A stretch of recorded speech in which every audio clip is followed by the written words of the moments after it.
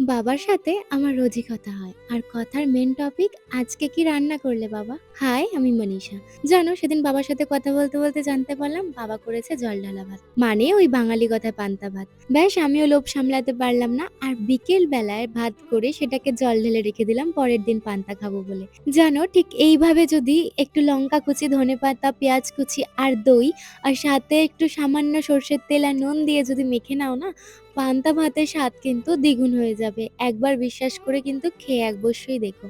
আর পান্তা ভাত কি শুধু খাওয়া যায়? না, না, সাথে ছিল ডালের বড়া। ডালটাকে প্রায় ২ ঘন্টা মতন ভিজিয়ে রেখেছিলাম আর দিয়েছিলাম একটু আদা। ভালো করে মিক্সিতে গ্রাইন্ড করে নিয়ে পেঁয়াজ কুচি, ধনেপাতা, নুন, লঙ্কার গুঁড়ো আর সর্ষের তেল দিয়ে ভালো করে মিশিয়ে নিয়েছিলাম। ছোটবেলায় মা যখন ডালের বড়া করতো, আমরা তো বানাতে, বানাতেই অনেকগুলো খেয়ে নিতাম।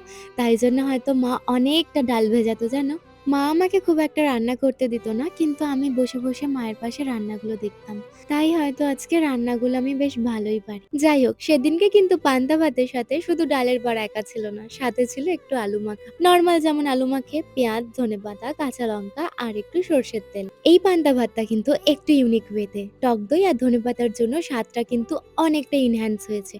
বাড়িতে বানিয়ে অবশ্যই খেও আর আমাকে জানিও কেমন লাগলো। চলো আজ টাটা।